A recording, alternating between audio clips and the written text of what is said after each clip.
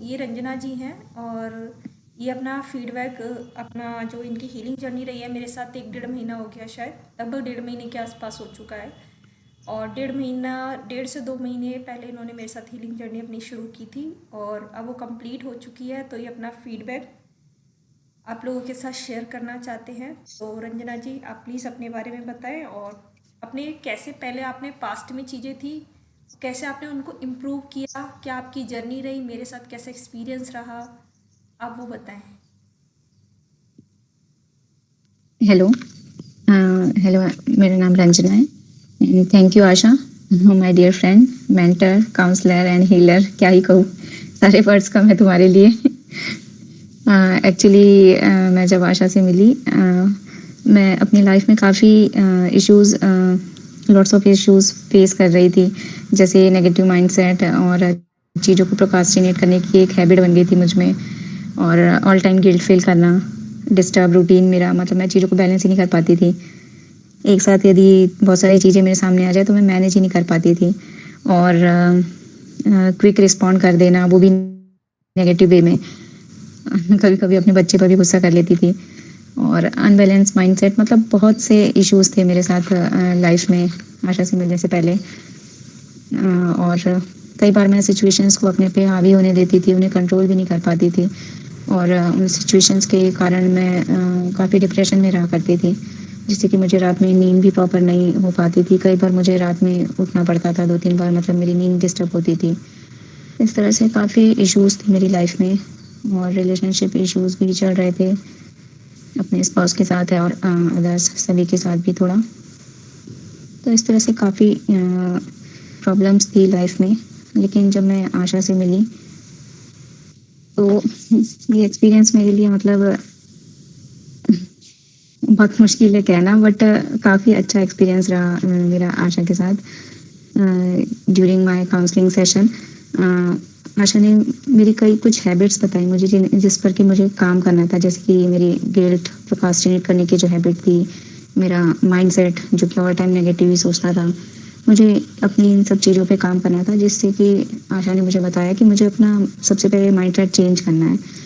मुझे अपनी लाइफ में कुछ पॉजिटिव अफर्मेशन ऐड करनी है, जिससे कि मैं अपनी नेगेटिविटी को दूर कर सकूं। इसी तरह से मेरे पास्ट ट्रॉमास जो थे, उन्हें रिलीज़ करने के लिए काफ़ी सेशंस लिए आशा ने, जिससे कि मेरे माइंड पे या मेरे दिल में जो भी बोझ था दूसरों को लेके, वो काफ़ी हद तक, मतलब रिलीज़ हो पाया। और अब मैं दूसरों को उस नज़रिए से नहीं देखती हूँ जैसे पहले देखती थी। मेरा अब देखने का नज़रिया भी चेंज हुआ है। और होमोपोनो प्रेयर ऐड करवाई आशा ने, जिसे कि फॉरगिवनेस प्रेयर भी कहते हैं, और ये सबसे अच्छा पार्ट था मेरे सेशन का, और मैंने भी फर्स्ट टाइम ही इसे सीखा। और ये काफ़ी इफ़ेक्टिव प्रेयर है। इसे हम लाइफ में डिफरेंट डिफरेंट सिचुएशन में कैसे यूज़ कर सकते हैं, वो सब भी आशा ने मुझे बताया कि कैसे अलग अलग सिचुएशन में हम इस प्रेयर को यूज़ करके इसका हम, मतलब बेनिफिट ले सकते हैं, मैक्सिमम बेनिफिट। और मेरा डेली डायरी राइटिंग की हैबिट डेवलप करवाई, कि मैं डेली अपना जो भी टाइम एक्चुअली दे कहाँ रही हूँ, ये मुझे ऑब्जर्व करना सीखना था। तो डेली डायरी राइटिंग की भी हैबिट डेवलप करी आशा ने मेरी। और हाँ, एक मोस्ट इम्पॉर्टेंट चीज़, ग्रेटिट्यूड जर्नलिंग, ये मुझे सबसे अच्छा पार्ट लगा मेरे सेशन का। मतलब हम लाइफ में करते तो बहुत कुछ है, लेकिन हम फिर भी, मतलब इतना सब कुछ है हमारे पास, उसके बाद भी हम ऑल टाइम शिकायत करते रहते हैं कि ये नहीं है, वो नहीं है, जबकि जो है उसके लिए हम कभी थैंकफुल नहीं होते, गॉड को लेके या यूनिवर्स को लेके। तो ये, मतलब आशा ने मुझे रियलाइज़ कराया कि हमें, मतलब ग्रेटिट्यूड भी शो करना चाहिए, ग्रेटिट्यूड भी दिखाना चाहिए। जो भगवान ने हमें दिया है उसके लिए, जो नहीं है वो ठीक है, बट जो है उसके लिए एटलीस्ट थैंक तो कहना ही चाहिए हमें। तो ये मुझे डेली, मतलब उसने मुझे फोर्स करके कहा कि नहीं, ग्रेटिट्यूड तो हमें डेली करना ही है। राइटिंग में करो, बोल के करो, जैसे भी करो, बट हमें करना है, थैंक यू तो करना है हमें। और मेडिटेशन, हाँ, मेडिटेशन एक इम्पॉर्टेंट चीज़ थी। Morning meditation and evening meditation, ये हमारे लिए काफ़ी मतलब इफ़ेक्टिव रहा, क्योंकि जैसे ही मॉर्निंग में हम उठते हैं तो मॉर्निंग मेडिटेशन के द्वारा हमारा, मतलब यदि हम मॉर्निंग में मेडिटेशन कर लेते हैं, ज़्यादा नहीं, 5-10 मिनट्स भी, तो हमारा पूरा दिन अच्छा जाता है। मतलब हम दिन में चीज़ों को काफ़ी बैलेंस कर पाते हैं और मेरे साथ तो हुआ ये सब चीज़। काफ़ी मतलब मुझे इन सब से फ़ायदा हुआ और इवनिंग मेडिटेशन भी जो कि मेरी साउंड स्लीप में काफ़ी हेल्प किया। हाँ, सोते टाइम एक चीज़ हीलिंग म्यूज़िक सुनने का भी एडवाइस किया था जो कि मैंने किया तो उसमें भी मुझे काफ़ी बेनिफिट मिला।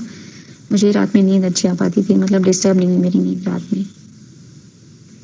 और एक चीज़ हाँ, आशा मुझसे हमेशा कहती थी कि हमेशा परफेक्शन से बचना है क्योंकि मैं मतलब मुझ में ये था एक प्रॉब्लम कि मैं हर काम को परफेक्ट करना चाहती थी। उसके चक्कर में भले मेरा दूसरा इम्पोर्टेंट काम छूट जाए लेकिन मैं एक काम के पीछे भिड़ी तो मैं उसी को परफेक्ट करके छोड़ूँगी। बट उसने मुझे कहा कि नहीं परफेक्शन से बचना है हमें, हमें चीज़ों को करना ज़्यादा ज़रूरी ना कि उसको एकदम परफेक्ट तरीके से करना।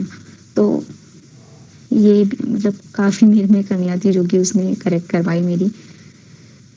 और सबसे ज़रूरी चीज़ कि डेली अपने लिए खुद के लिए 1 घंटा निकालना है। योगा, मेडिटेशन, प्राणायाम अपने मतलब खुद के हेल्थ इश्यूज़ के लिए अपने लिए क्योंकि जब हम हेल्दी रहेंगे तभी तो हम दूसरों पर ध्यान दे पाएँगे और सबको अच्छे से बैलेंस करके चल पाएँगे। इस तरह से बहुत सारी चीज़ें मैंने मतलब आशा के सेशन से सीखी। आशा कुछ बोलना चाहोगी? सेल्फ लव की जर्नी कैसी थी आपकी? पहले और अभी में क्या चेंज आया? हेलो। हाँ, मेरी हीलिंग जर्नी के दौरान और भी कुछ अचीवमेंट्स थे जैसे कि मेरी ओवरऑल यदि मैं कहूँ तो मेरा स्लीपिंग इम्प्रूव हुई, मॉर्निंग में लाइट मोड में उठना, मेरे रिलेशनशिप्स इम्प्रूव हुए मेरे हस्बैंड के साथ और अदर दूसरों के साथ भी और मेरे पास ट्रॉमास रिलीज़ हुए और एक बैलेंस माइंडसेट में मतलब सेट करने में सक्सेसफुल रही और नेगेटिव थिंकिंग में भी मेरी कमी आई। अपने डेली रूटीन को बैलेंस कर पा रही थी। एंजाइटी लेवल मेरा डिक्रीज हुआ है और चीज़ों को रिस्पॉन्ड करने का तरीका मेरा चेंज हुआ है। अब मैं कामली और सॉफ्टली चीज़ों को रिस्पॉन्ड करती हूँ। मतलब पहले तो इसका जस्ट अपोजिट ही था और best thing I learn from this all this session is gratitude. मतलब हमें थैंक यू करना है भगवान को और ये बहुत अच्छी चीज़ है, हमें करना भी चाहिए। मतलब भगवान ने हमें जो भी दिया है हमें उसके लिए थैंक यू करना चाहिए, यूनिवर्स को हमें थैंक यू करना चाहिए कि उन्होंने हमें इतनी सारी चीज़ दी है लाइफ में जो कि हम कभी देख ही नहीं पाते हैं।